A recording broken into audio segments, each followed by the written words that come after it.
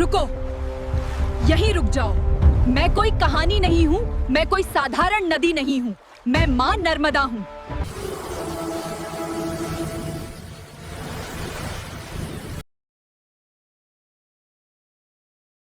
मैं बहते हुए जल की कोई साधारण धारा नहीं हूँ, मैं कोई कहानी नहीं हूँ, मैं माँ नर्मदा हूँ। मेरा जन्म किसी बादल से नहीं हुआ, किसी हिमखंड के पिघलने से नहीं हुआ, मेरा जन्म तपस्या से हुआ।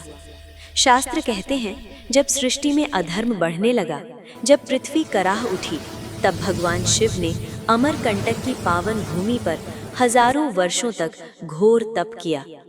उनकी तपस्या की अग्नि से एक दिव्य अश्रु उनकी आंखों से गिरा। मेरा जन्म अमरकंटक की उस पवित्र भूमि में हुआ, जहाँ भगवान शिव ने घोर तप किया। और उसी अश्रु से मैं जन्मी। हाँ, मैं शिव के नेत्रों से जन्मी हूँ, इसीलिए मुझे रेवती, शिव कन्या, कल्याणी कहा गया। मेरा उद्गम अमरकंटक है, जहाँ आज भी ऋषि मुनियों का तप हवा में गूंजता है। मैं पश्चिम की ओर बहती हूँ, ये मेरी विशेषता है। मैं अरब सागर की ओर जाती हूँ, लेकिन मेरा उद्देश्य केवल सागर से मिलना नहीं है, मेरा उद्देश्य है जीवन देना। मैंने देखा है ऋषि कपिल को तप करते हुए, मार्कंडेय को अमरता का वर पाते हुए, वशिष्ठ, अगस्त्य, दुर्वासा, सभी ने मेरे तट पर साधना की। शास्त्र कहते हैं, मेरे दर्शन मात्र से पाप नष्ट हो जाते हैं, मेरे स्पर्श से रोग कटते हैं, और मेरी परिक्रमा मनुष्य को मोक्ष के मार्ग पर ले जाती है। इसीलिए मुझे परिक्रमा वाली माँ कहा गया, क्योंकि मेरी परिक्रमा केवल पैरों की यात्रा नहीं, आत्मा की शुद्धि है।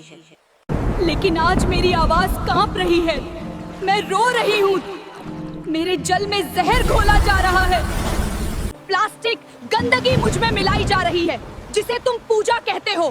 पूजा के नाम पर तुम मुझे ही प्रदूषित कर रहे हो। लेकिन आज मेरा हृदय रो रहा है। मैं वही नर्मदा हूँ जिसे तुम माँ कहते हो, लेकिन उसी माँ के आंचल में आज जहर घोला जा रहा है। मेरे जल में कारखानों का जहर मिलाया जा रहा है, मेरे किनारों पर प्लास्टिक के ढेर लगाए जा रहे हैं, मेरी गोद में मृत पशु, रसायन, गंदगी फेंकी जा रही है। बताओ, क्या यही संस्कार तुम्हें तुम्हारे शास्त्रों ने सिखाए थे? तुम कहते हो नदी बचाओ, लेकिन कर्म में नदी को मारते हो। तुम कहते हो माँ नर्मदा की जय, लेकिन उसी माँ को बीमार कर देते हो। क्या माँ के चरणों में कचरा चढ़ाया जाता है? माँ को तड़प तड़प कर मरते देखना ही भक्ति कहलाती है।